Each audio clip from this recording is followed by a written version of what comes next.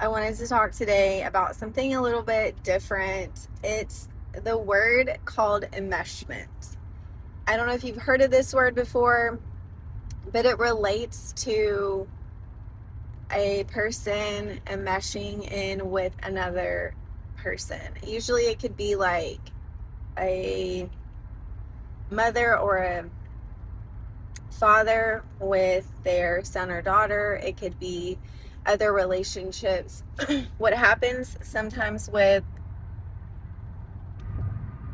over like fearful or dysfunctional, emotionally dysfunctional people, and not that I know it always sounds like, ooh, I don't want that to be me, but what it just means is like the adult in the situation may have some like child parts or emotional parts that need healing.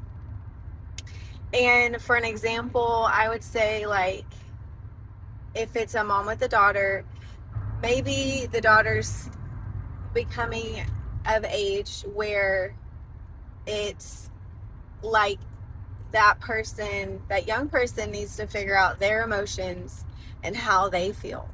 If the adult, like the mom or the dad, is not healthy, what end up can happen is that if that kid's having issues in their life or say a problem, and say the adult is like, oh, no, I don't want you to have this problem, here, let me insert myself, my emotions, my story into your life.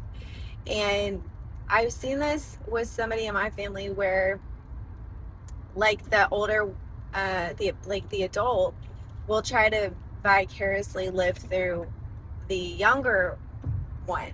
Say it's the daughter or son or somebody. And the reason why this like really dangerous is that it takes away an individuality and self-awareness of that person's emotion, and it ends up being codependent. And then that person, let's say the kid in that situation, is having to serve the parents because the parents' needs now are more important than the kid. Or if the kid has an issue or a problem in their life, the parent doesn't want to feel that pain. So what they do is they'll try to fix it. Or, that's not how you really feel, honey. Let me help you. And it comes in really kind. Like, I want to help you.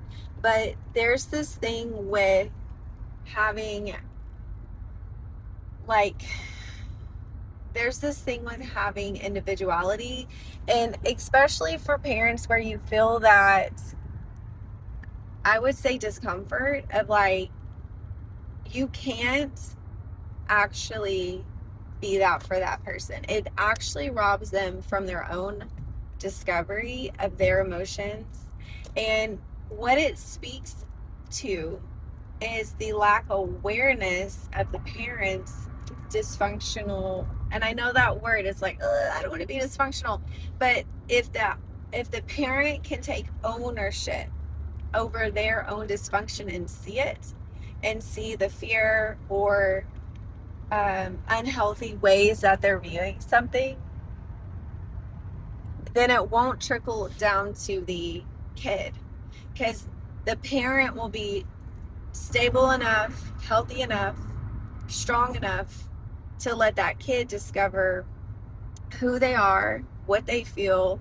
And also, I don't know if y'all have ever not wanted your kid to suffer consequences, but consequences are actually the best thing to grow a kid. If you stop them, like, say they did something bad and they had to have a consequence of, one of the most recent ones, which this one was pretty sad.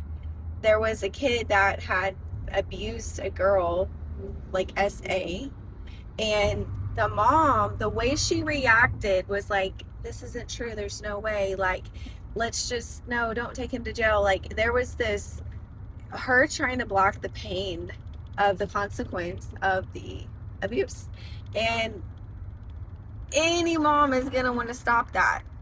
But that showed me probably the root issues of their household not dealing with consequences, right? And so the tension that the parent is going to feel, or grandparent, or whoever the care provider is literally stopping the growth in the child or kid. So in the Bible, I would say this too. I'm going to wait 1 second for the Bible. I would say, like, if you have thoughts like, oh, I don't want to hurt their feelings, or like, you know, this kind of like this with a like kid to the parent, like they so bad don't want to cause any distress within the parent, that's when you know that it's a little bit off, because the kid should be able to bring stuff to the parent and the parent be stable, strong for whatever the kid brings, knowing that the parent is where they need to be. So I would say, like, this recording that I'm doing is for the parents to go, wow, I can identify that I do this. I can identify that there's some places in me that I need to be more like, let my child maybe process their emotions without me interrupting or interjecting my feelings or my thoughts, and let them have their own individuality. And I think this comes from enmeshment. This comes from like two people. It doesn't matter the parent to the kid, which one it is, like, as far as like, it could be the dad to the daughter, it could be the mom to the son, it could be the mom to the mom, the dad to dad. It can come to grandparents to kids. I mean, it can come in a lot of ways, but I do think there's this dynamic that it's one that is older than the other, and it basically, in a biblical way, you can take the story of Jacob and his mom, and there was some crazy favoritism there. Wasn't healthy for the family. It caused division, and a lot of it was around fear. You know, the mom didn't, like, God had already spoke to the mom that Jacob was going to do the inheritance. I would imagine the dysfunction within the marriage was like, they were too competitive. Like, they had favoritism with Esau to the dad and to Jacob to the mom. And there was a whole line of manipulation on Jacob's mom's side, to the point that Jacob had to finally get out of the crazy and figure out who he really was, because what he had been told was not his true identity. And so I bless y'all to jump into the scripture. That's such a great place to learn. And also to ask yourself some really good questions, like, do I do this with my kids, or was this done to me? And just take that journey. Bless you guys.